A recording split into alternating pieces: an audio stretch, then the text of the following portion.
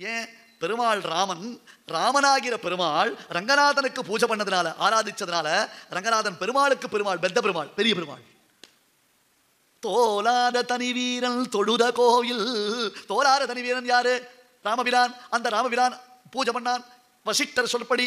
அன்னைக்கு மறுநாள் அவனுக்கு பட்டாபிஷேகம். பட்டாபிஷேகத்திற்காக குலதெய்வத்தை பிரார்த்திக்கணும் என்பதற்காக ரங்கநாதன் சன்னதிக்கு வந்தான். சகபத்ரியா விஷாலாக்ஷியா நாராயணமுபாகமத்து. வால்மீகி சொன்னார். பக்கத்தில் சீதை இருந்தா ராமன் ரங்கநாதனுக்கு ஆராதனை பண்றான். சகபத்ரியா விஷாலாக்ஷா நாராயணமுபாகமத்து. விஷாலாட்சி அகன்று அழகியதான மலர்ந்த திருக்கண்களை உடையவளான சீதையுடன் கூடியவனாக ராமபிரான் ரங்கநாதனுக்கு திருவாராதனம் செய்தான். என்ன சொல்ல வர்றார் Valmiki? What is the message behind that? உனக்கு புரியலையா? புரியல. என்ன? எந்த வீட்லையா கணவன் பூஜை பண்ணும்பொழுது மனைவி பொறுமையா பக்கத்தில் இருந்து அதை பார்த்துருக்கா? இங்கதான் நடந்ததுன்றார். அவரே பூஜை பண்ணச்சே கற்பூரம் தீபாராதனை காமிச்ச அப்படின்னார். எல்லாம் வைங்கோ வந்து எடுத்துக்கிறேன், நான் தான் வேலையா இருக்கணும் இல்லையோ அப்படின்னு அங்கே குரல் வரும். எங்க சமையல் ரூம்ல இருந்து. இங்க அப்படி கிடையாது. ராமன் பூஜை பண்றார். புஷ்பம் எடுத்து சீத்தை கொடுக்குறான், பழங்கள் எடுத்து சீத்தை கொடுக்குறா, தீபம் எடுத்து சீத்தை கொடுக்குறா, தூபம் எடுத்து சீத்தை கொடுக்குறா. ஈவன் பண்ண அந்த திருவாராதனம் பண்ணும் பொழுது சீத்தை கூட இருக்கா, சப்போர்ட் பண்றான். அடுத்தது என்ன? விஷாலாக்ஷியா அப்படியே கண் அகன்று இருக்கான். என்ன ஸ்டைலா ராமன் திருவாராதனம் பண்றான். ஏன்னா இந்த புதுசா பூஜை பண்றவாளை பார்த்தாலே தெரிஞ்சிடும். தெரியுமோ இல்லையோ? அந்த பஞ்சபாத்திரத்தில் தீர்த்தம் வச்சிருப்பா, ஜலம் வச்சிருக்கோம். இதுங்க எடா கூடமா மனையில் போய் உட்காந்துட்டு இருக்கும். அந்த மன ஆணி மாண்டவியர் மன மாதிரி இருக்கும். அதில் எங்கேயான ஒரு ஆணி கிணி மாட்டின்னு இருக்கும். இதுக்கு இப்படி லொடுக்கு அந்த ஆணி ஆடின்னு இருக்கும். இப்படி குஞ்சா முன்பக்கம் கவுந்துருக்கும், பின்னாடி வந்தால் பின்பக்கம் பல்ட்டி அடிக்கும். ஒரு மாதிரி அட்ஜஸ்ட் பண்ணிட்டு பூஜை ரூம் வேற ரொம்ப சின்னதாக இருக்கும். முன்னாடி தட்டில் தீர்த்தம் வேற இருக்கும். அப்படின்னு கால் நீட்டா டமால் அது ஒட்டி இடிச்சு உரைச்சி கரெக்டாக கற்பூரத்தில் தான் அந்த தண்ணி கூட்டும். சோதனையா அங்கேருந்து உள்ளே கூப்பிட்டா, ஐயோ நீங்க பூஜை பண்ற அமக்களமும் போறோம், வீடு ஃபுல்லா தண்ணி கொட்டி தடுப்பாறை இருக்கிறது போறோம், பூஜையே பண்ணாத எழுந்துரு அப்படின்னு அவா சொல்லுவாளேன்னு பயம். அல்ல இது பூஜை ஐயா திருவாராதனம் பண்ணாலே எச்சகச்சம் தான், ஏடா கூட தான். கை எட்டாது, கால் எட்டாது. இந்த கையில மணி அடிச்சுனே இந்த கையில கற்பூர தட்டை வச்சா இது ஆடுறது, அந்த கற்பூரம் தொப்புன்னு மேல மடியிலே விழுறது. ஆனா ராமன் அப்படி ஸ்டைலா ஆராதனை பண்றதை பார்த்து சீதை சூப்பர் அப்படின்னு கண்ணுடைய விசிச்சு பார்த்தோம். ஒன்று. ரெண்டாவது, சீதை கம்பேரிசன் பண்றா. அர்ச்சையில் இருக்கக்கூடிய ரங்கநாதன் அழகா இல்லை இங்க ஆராதனம் பண்ணக்கூடிய எங்க ராமன் அழகான்னு, இவர் தான் அவர் தான் இவர்னு பார்த்தாலும் அது ரெண்டுத்துக்கும் ஒரு கம்பேரிசன் பண்றானா சீதை. அப்படி பண்ணும் பொழுது அவளுடைய கண்கள் மலர்ந்து விட்டன. சகபத்ரியா விஷாலாக்ஷியா நாராயணம் உபாகமது என்று ராமபிரான் ரங்கநாதனுக்கு திருவாராதனம் செய்த அழகை வால்மீகி பாடினார். அத சுவாமி தேசிகன் தோலாத தனி வீரன் தொழுத கோவில் ராமனே பண்ணினான். அடுத்து இதெல்லாம் முடிஞ்சது. கிட்டத்தட்ட ராமபிரான் ராவண சம்ஹாரத்தை முடித்து பட்டாபிஷேகம் செய்து கொள்ள வேண்டிய சமயம். இதுல 2 விதமான வெர்ஷன்ஸ் இருக்கு, இருக்கட்டும். விபீஷணனுக்கு ராமனை விட்டு பிரிந்து போகிறதுக்கு மனசு வரல. ஐயோ ராமனை விட்டு பிரிய போறமே, ராமனை விட்டு பிரிய போறமே, நான் எப்படி ராமனை விட்டு பிரிஞ்சிருப்பேன். விபீஷணன் மனசுக்குள்ள ரொம்ப வருத்தப்படுறான். பரவாயில்ல போயிட்டு வா, நான் தானே உனக்கு ராஜ்யம் கொடுத்துருக்கேன். அதுவும் விபீஷன் சிரஞ்சீவி. பின்னாளில் தர்மபுத்திரர், இது திரேதாயுகம் இல்லையா, அடுத்தது துவாபர யுகம். பாண்டவர்கள் தர்மபுத்திரர் ராஜசூய யாகம் பண்றார்.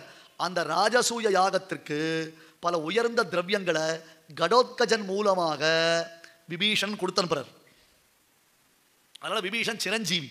அஸ்வத்தாமா, பலிஹி, வியாசஹா, கிருபஹா, பரசுராமஹா, விபீஷணஹா இவாள்லாம் யாரு? சிரஞ்சீவி அப்படின்னு பேரை வளர்க்கலாம். அந்த காலத்தில் சனி நீராடு என்பதாக சனிக்கிழமை அன்னைக்கு எண்ணெய் தேய்ச்சுட்டோம்னா அந்த வீக்கு ஃபுல்லாக நமக்கு சனி பார்வை வராது அப்படின்னு ஸ்காந்த புராணத்தை சனி பகவான் சொல்றார். சனியினுடைய பார்வை இல்லாமல் ஒருத்தன் பிழைக்கணும் தப்பிக்கணும்னா என்ன பண்ணலாம் அப்படி கேட்டார். சனிக்கிழமை அன்னைக்கு கரெக்டாக ஒருத்தன் எள்ளு கலந்த எண்ணெய், அதான் நல்ல எண்ணெய்னு பேரு, அந்த எள்ளு எண்ணெயை தேய்ச்சுட்டான்னா ஒரு வாரம் அவனை நான் கிட்ட வச்சுக்க மாட்டேன், என்கிட்ட வர மாட்டான், பயப்பட மாட்டான் அப்படின்னு சனி பகவான் அவனுக்கு வரம் கொடுத்தாராம் அப்படின்னு ஒரு புராணம் சொல்றது. கரெக்டாக பெரியவாள் என்ன பண்ணுவா, பசங்களுக்கு எண்ணெய் தேய்ச்சி விடுவா. அப்போ அஸ்வத்தாமா, பலிஹி, வியாசஹா, கிருபஹா, பரசுராமஹா என்று 7 சிரஞ்சீவிகளுடைய பெயரை சொல்லுவாள். இந்த பசங்க க்ஷேமமாக இருக்கட்டும், இந்த பசங்க நல்லா சௌக்கியமாக இருக்கட்டும் அப்படின்னு அந்த குழந்தைகளுக்கு சொல்லுவாள். ஸ்திரீகளாக இருந்தால் அகல்யா, திரௌபதி, சீதா, தாரா, மண்டோதரி என்று பஞ்சகன்யான இந்த 5 பெண்களுடைய பெயரை சொல்லி பெண்களுக்கு வெள்ளிக்கிழமை எண்ணெய் தேய்ச்சி விடுவாள். இப்போ எல்லாம் தலைவிரிச்சாம்பட்டி,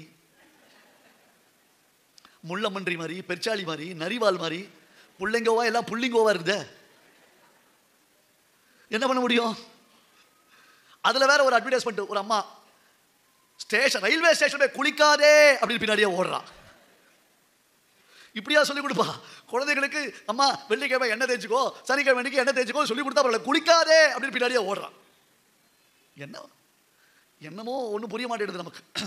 எல்லாம் பாக்கியலட்சுமி பாண்டியன் ஸ்டோர்ல எண்ணெய் வாங்கி தேய்ச்சி விட்டா உண்டு. வேற ஏதோ சீரிய சிந்தனை தானே, சீரியல் சிந்தனை இல்லையே. விபீஷணனுக்கு பெருமாளை விட்டு பிரியறதுக்கு மனசு வரல. நான் எப்படி பெருமாளை விட்டு பிரிஞ்சிருப்பேன்? என்னால் பெருமாளை விட்டு ராமனை விட்டு பிரிய முடியல. அப்ப ராமன் தான் ஆராதிக்கக்கூடிய இத்தனை பரம்பரையா பிரம்மதேவன் மூலமாக இக்ஷ்வாக்கு அளிக்கப்பட்டு தன்னுடைய முன்னோர்கள் ஆராதித்த தன் ஆராத்திய தெய்வமான ரங்கநாத பெருமாளை விபீஷணன் கிட்ட கொடுத்துட்டார். துணையான வீடனர்க்கு துணையாம் கோவில், துணையான வீடனர்க்கு போர் புரிவதற்கு ராமனுக்கு எல்லா விதத்திலும் துணை புரிந்து விபீஷணோஹி தர்மாத்மா நது ராக்ஷச சேஷ்டிதா. நான் அண்ணன் தம்பிகள் இருந்தா, ஒருத்தன் ராவணன், இன்னொருத்தன் கும்பகர்ணன், இன்னொருத்தன் விபீஷணன். ஆனா எங்க விபீஷணன் அப்படி கிடையாது. விபீஷணோஹி தர்மாத்மா நது ராக்ஷச சேஷ்டிதா. அவன் உத்தம தார்மிகன், அவனிடத்துல ராட்சச குணம்ன்றது கிடையவே கிடையாது சொன்னதுனால அந்த விபீஷணனுக்கு தன் ஆராத்திய மூர்த்தியான ரங்கநாதனை கொடுத்தான். அப்படி கொடுத்துள்ளாமான பகவத் சங்கல்பம். இங்க ஒரு விசேஷம். தசரத மகா சக்கரவர்த்தி தனக்கு புத்திர பிராப்தி இல்லைன்னு ரொம்ப ஏங்கிட்டு இருந்த சக்கரவர்த்தி.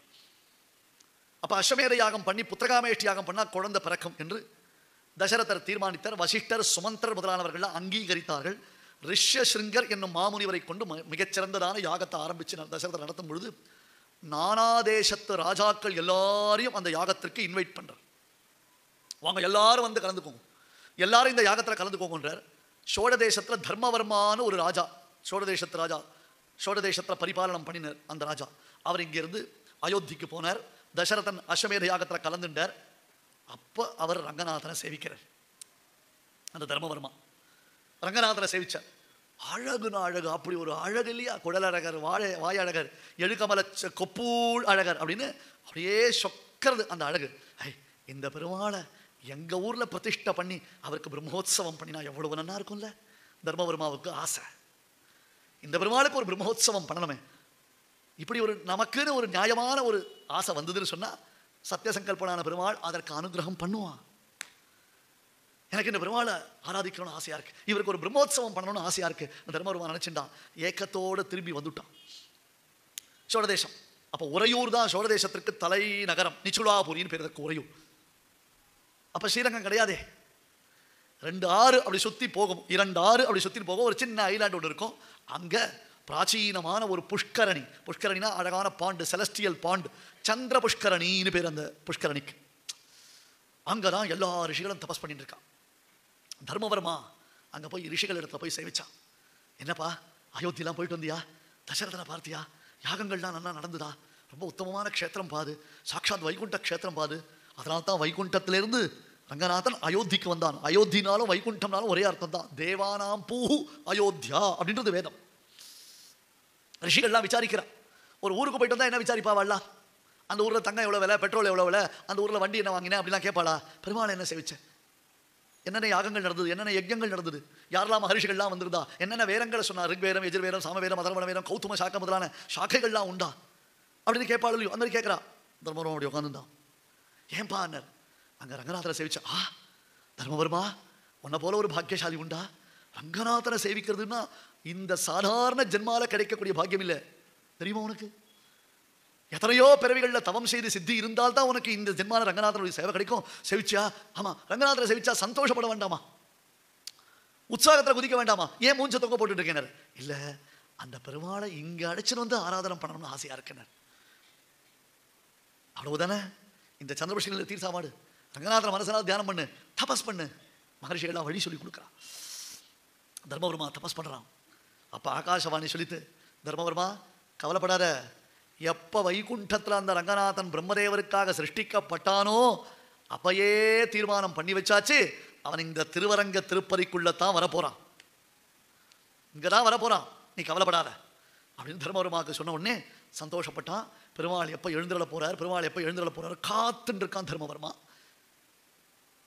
ராமபிரான் தன்னுடைய பிரிவை பொறுக்க முடியாத விபீஷணன் தவிச்சரை பார்த்து அந்த விபீஷணனுக்கு ரங்கநாத பெருமாளை எழுந்தருள பண்ணி கொடுக்க, லப்த்வா குலதனம் ராஜா லங்காம் பிராயாத் விபீஷணா, இக்ஷ்வாக்கு குலதனமான ரங்கநாதனை எழுந்தருள பண்ணி கொண்டு விபீஷணன் தன் ஊரை நோக்கி பிரயாணப்படுறான். லங்கா இருக்கு, அயோத்தி வடதேசத்தில் இருக்கு. இனிமே யாரும் வடக்கு வாழ்கிறது தெற்கு தேய்கிறது சொல்ல முடியாது. ஏன்? வடக்கிலிருந்து ரங்கநாதன் இங்கே வந்துட்டார். விபீஷணன் பெருமாளை எழுந்தருள பண்ணி கொண்டு வருகிறான்னு கேள்விப்பட்ட உடனே தர்மவர்மா பரபரப்போட பெரிய சத்திர சாமர வாத்திய நிறுத்த கீத விசேஷங்களோட பூர்ண கும்பத்தோட வேத கோஷத்தோட எல்லாரையும் அழைச்சிட்டு போய் விபீஷணனுக்கு ஒரு கிராண்ட் ரிசப்ஷன் கொடுத்தான்.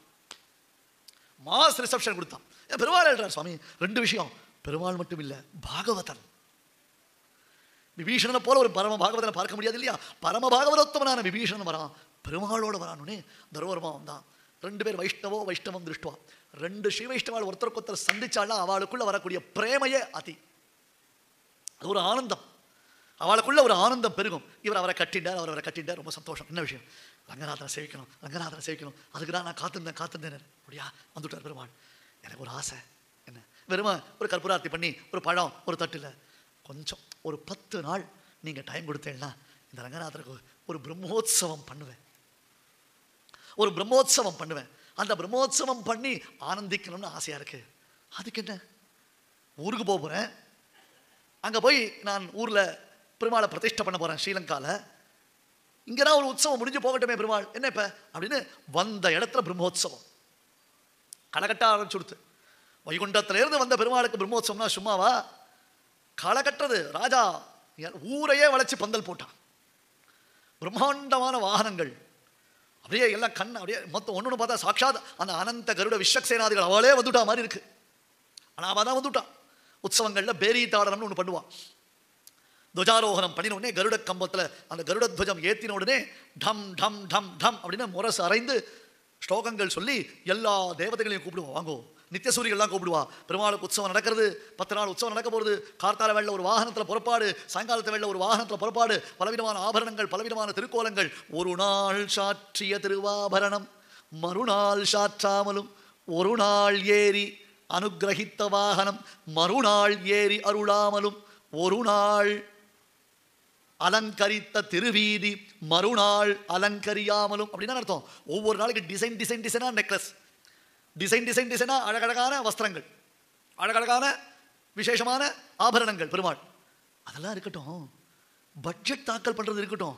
இந்த வருஷம் பட்ஜெட் தாக்கல் பண்ணுச்சே என்ன கலர் புடவை கட்டின்னு வரா?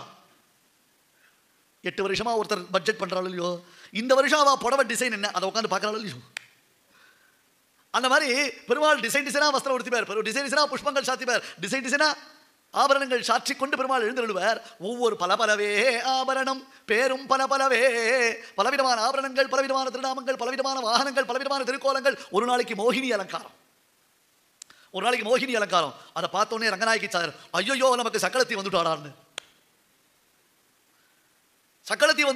ரங்கநாதனுக்கு வைகுண்ட ஏகாதசிக்கு முதல் நாள் மோகினி அலங்கார சேவை ரொம்ப பிரசித்தம். அது மறுநாள் வைகுண்ட ஏகாதசி. அந்த வைகுண்ட கதவை திறந்து பெருமாள் ஜம்மன் வருவார் இல்லையோ, அன்னைக்கு மோகினி அலங்கார திருக்கோலம் அப்படி உட்காந்துருப்பார். தாயார் மாதிரி அப்படி கையில் ஒரு கிளி வச்சு ஜம்முன்னு இருப்பார் ரங்கநாதன். மேக்கப்லாம் போட்டுட்டார். மேக்கப் போட்டுடனே பராசர பட்டர் ரங்கநாதனுக்கு ரொம்ப வேண்டியவர். ராமானுஜருடைய பிரிய சிஷ்யர் கூரத்தாழ்வானுடைய திருக்குமாரர் பராசர பட்டர். அந்த பராசர பட்டர் எடுத்தால் ரங்கநாதன் ஒப்பீனியன் கேட்பார். அப்படி 2-3 அப்படி செல்ஃபிலாம் எடுத்துட்டு, செல்ஃப் மோட்டிவேஷன் கிடையாது, இப்போலாம் செல்ஃபி மோட்டிவேஷன் தானே. அதனால் அப்படியே செல்ஃபிலாம் எடுத்துட்டு பட்டர் கிட்ட, பராசர பட்டர் கிட்ட கிடையாது, சுவாமி எப்படி இருக்கேன் நான்? நீ பார்த்தார் இல்லை பார்த்தார் எல்லாம் ஓகே, ஆனால் எங்கள் பிராட்டி மாதிரி வராதுன்ட்டு. ஒரிஜினல் ரங்கநாயகி தாயாருடைய புடவை, அவளுடைய நெக்லஸ், அவளுடைய ஜிமிக்கி கம்மல், அவளுடைய மாட்டல் எல்லாத்தையும் மாட்டின்னு வந்திருக்கார். ஆனால் ஒன்று மிஸ்ஸிங். யாரு? பராசர பட்டர் சொன்னார், நீ என்னதான் ரங்கநாயகி தாயார் மாதிரி வேஷம் போட்டா கூட எங்க தாயார் கண்களில் இயற்கையிலேயே தெரியக்கூடிய கருணை ரங்கநாதா உன் கண்ணில் மிஸ்ஸிங் அப்படின்ட்டு. தாயார் கண்ணுனா அது நேச்சுரலாவே கருணை இருக்கும். ரங்கநாதன் கொஞ்சம் என்ன பண்ணும், அப்படி ட்ரை பண்ணணும். நானும் தாயார் மாதிரி முழிக்கிறேன், நீ திருந்தா முழிப்ப, திரு மாதிரி முழிக்க தெரியாது. நீ முழிச்சா எப்படி இருக்கும்? திருந்தா இருக்கும். ஆனா திருவாகிற பிராட்டி மாதிரி முழிக்க முடியுமா? அப்படி அலங்காரங்கள், திருக்கோலங்கள், திருவாபரணங்கள், அதை சாட்சி கொண்டு உற்சவங்கள் கோலாகலமாக நடக்குது. ஆத்தான மகரிஷிகளும் வரா, குதிக்கிறா, டான்ஸ் ஆடுறா, ஜாலியா ஒருத்தர் கும்மி அடிக்கிறா, பாட்டு பாடுறா, கோலாட்டங்கள் பண்றா, வேரங்கள், திவ்ய பிரபந்தங்கள், பாராயணங்கள் பண்ணிட்டு இருக்கா, விதவிதமான பக்ஷபோஜங்கள்லாம் விநியோகங்கள் பண்றா. 10 நாள் விபீஷணன் அப்படி அனுபவிச்சோம். தர்மபுரமா கோலாகலமாக இந்த பிரம்மோத்சவத்தை நடத்தினான். சந்திர புஷ்கரணியில பெருமாளுக்கு தீர்த்தவாரி. அடுத்து இனிமே ரங்கநாதன் கிளம்பணும். ஏன்னா அவர் on the way to Sri Lanka இல்லையா, on the way to Sri Lanka. அயோத்தியிலேருந்து ஸ்ரீலங்கா போறவர் வழியில ஒரு ரெஸ்ட் அந்த மாதிரி இறக்கி வச்சிருக்கா. சரி இனிமே கிளம்பிடலாமே அப்படின்னு தர்மபுரமாக மூஞ்செல்லாம் ஒரு மாதிரி ஆயிடுச்சு. ஐயோ பெருமாளை பிரிய போறோமே, பெருமாளை பிரிய போறோமே அப்படின்னா. பெருமாளுக்கும் அப்படிதான் இருக்குமா, பெருமாளுக்கும் அப்படிதான் இருக்கும். பக்தனுக்கு மட்டுமே பெருமாளை பிரியறோம்ன்ற வருத்தம் கிடையாது, பகவானுக்கும் அந்த வருத்தம் உண்டு.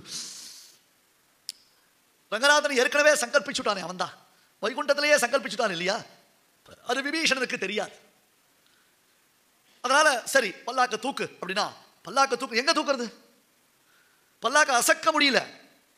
எந்த பல்லாக்கில் பெருமாளை அவன் எழுந்தருள பண்ணி கொண்டு வந்தானோ இப்ப அந்த பல்லாக்க அசக்க முடியல.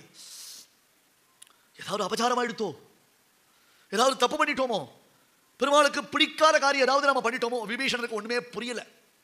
இல்ல ஐயோ பெருமாளே நான் தப்பு பண்ணிட்டேன், ஏதாவது அபச்சாரம், உபச்சாராபதேசேன கிருதானி ஆஹரஹர்மயா அபச்சாரானி மான் சர்வான் க்ஷமஸ்வ புருஷோத்தம. புருஷோத்தமா, தேவதேவா, சர்வேஸ்வரா, ரங்கநாதா, ரங்கேஷா, என்னை காப்பாத்து, என்னை காப்பாத்து. உபச்சாராபதேசேன கிருதானி அஹரஹர்மயா. உனக்கு பிடிக்கும் அப்படின்றதான காரணத்தினால நான் சில காரியங்கள் பண்ணியிருப்பேன், அது அபச்சாரமா போயிடுத்தோ. நீ விரும்பவே நினைச்சு நான் பண்ணின காரியங்கள் உபச்சாரம் இல்லாமல் அது அபச்சாரமா எடுத்தா. அபச்சாரானிமான் சர்வான் க்ஷமஸ்வ புருஷோத்தம.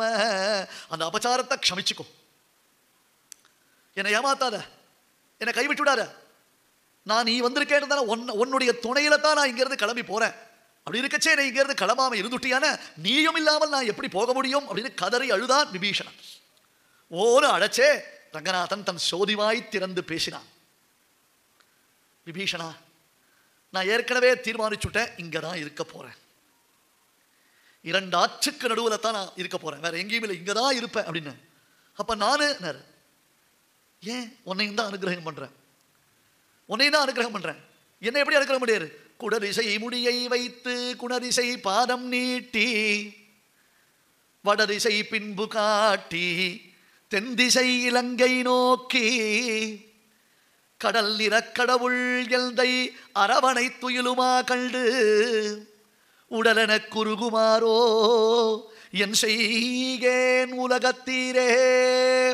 பெருமாள் ரங்கநாதனை சேவிக்க போச்சே அப்படி அப்படின்னு பெருச்சாளி மாதிரிலாம் சத்தம் போடக்கூடாது, கை கூப்பி சேவிக்கணும். அங்கவே பெருச்சாளி மாதிரி மூஞ்சூரி மாதிரி சத்தம் போட்டுடு. ஏன்னா நீ ஃப்ளையிங் கிஸ் கொடுக்கறதுக்கு பெருமாளா கிடைச்சார் உனக்கு, நன்னா அங்க அப்படி நிக்கணுமா, நிக்க முடியுமான காலுமேடா கண்ண நீரும் நில்லா குரல் மேலுமெடா மயிர்கூச்சுமெரா என தோள்கள் வீழ்மொழியா. 2 பக்கம் 2 தூண் நிற்கும்.